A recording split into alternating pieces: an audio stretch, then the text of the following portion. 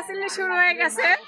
মানে এখানে অনেকগুলা মানুষ বসে আছে, গ্রামের মানুষ বসে আছে, প্লাস হচ্ছে হাসবের মেয়ে না, পরিবারের এখন ছেলে হয়েছে। আমি তো অসুস্থ থাকি আর যাই থাকি, যাই করি না কেন, যাই হয়ে যাক না কেন, এখন সংসার আমাকেই সামলাতে হচ্ছে। আর সংসার যে সামলানো কি জিনিস সেটা এখন হয়তো হারে হারে টের পাচ্ছি, আগে টের পাই নাই। কারণ শুধু রান্না করছি আর ভিডিও করছি, এতটুকুই ছিল আমার দায়িত্ব, ঠিক আছে। আর সব কিছুই ওনারা পালন করতো। তো যাই হোক, এখন কিন্তু আমি আবার রান্না করি না, এখন আবার ছেলে মানুষের দায়িত্বটা আমার কাঁধে পড়ছে। হ্যাঁ, তো আজকে বাজার গেছিলাম, কিছুই নাই বা বাজার প্লাস হচ্ছে খড়ি, মানে খড়িও এখন কিনে ভাত রান্না করে খেতে হয়। গ্যাস আছে তো, গ্রামে তো গ্যাস আর সবসময় চলে।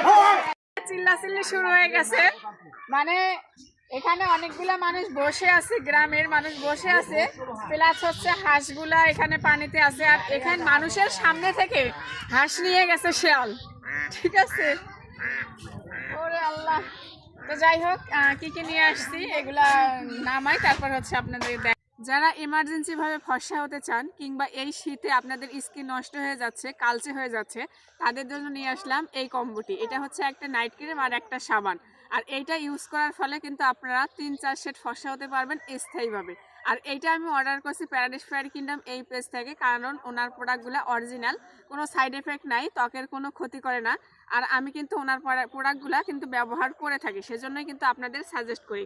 আর যারা চুল পড়া সমস্যা নিয়ে ভুগছেন, আমার কিন্তু অনেক বেশি চুল পড়তেছে ইদানিং, এটা বাচ্চা হওয়ার পরে হইতে পারে, কিংবা পার্লারে যেহেতু অনেকগুলো আমি স্ট্রেট করছি, তারপর কালার করছি, যার কারণেও চুল উঠতে পারে।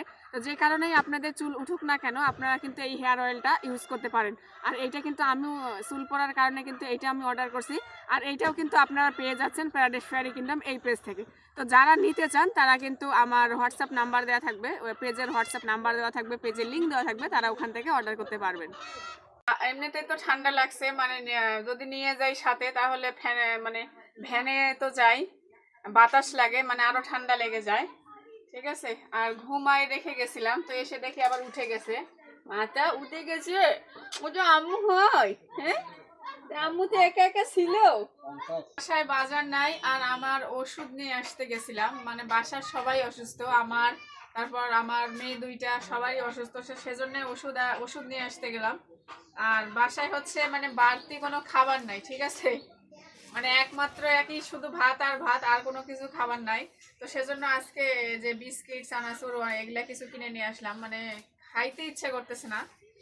আর এগুলো এক সময় যে বিস্কুটগুলো আজকে আমি দেখাই, এই বিস্কিটগুলো কিন্তু আমার বক্সে পরে থাকতে থাকতে মানে মেয়াদ শেষ হয়ে যাইতো, তারপরও খাওয়ার কোনো লোক ছিল না, আর মানে খাইতেও ভালো লাগতো না, ঠিক আছে। তো আজকে আবার সেই বিস্কিটগুলো আবার কিনে নিয়ে আসলাম অনেক টাকা দাম দিয়ে, ঠিক আছে। তো আমি কম খাইলেও বাসার যারা আছে, আব্বা মা সবাই ওরা খায়। আর এটা হচ্ছে খই, হ্যাঁ, এটা হচ্ছে খই। খই তো অনেকে চিনেন। তো আমি আসলে অনেক দিন যাবত খই খাইনি, হ্যাঁ, অনেক দিন যাবত খই খাইনি, তো সেজন্য আজকে চোখে পড়লো আর পড়া মাত্রই কিনে নিয়ে আসছি।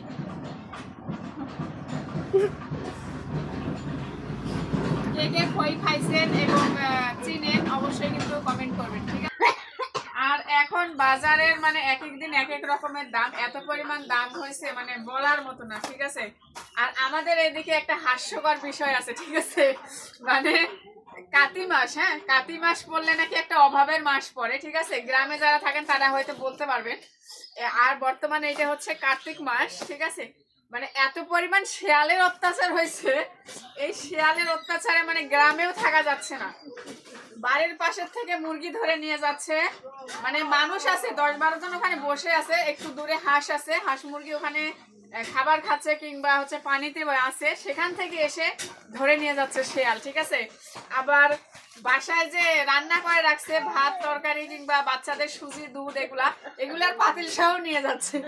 মানে কতটা হাহাকার পড়ছে সেটা আমাদের এই গ্রামটাকে, আমাদের এই এলাকাটাকে যদি কেউ না দেখে না, মানে বুঝতে পারবে না, ঠিক আছে।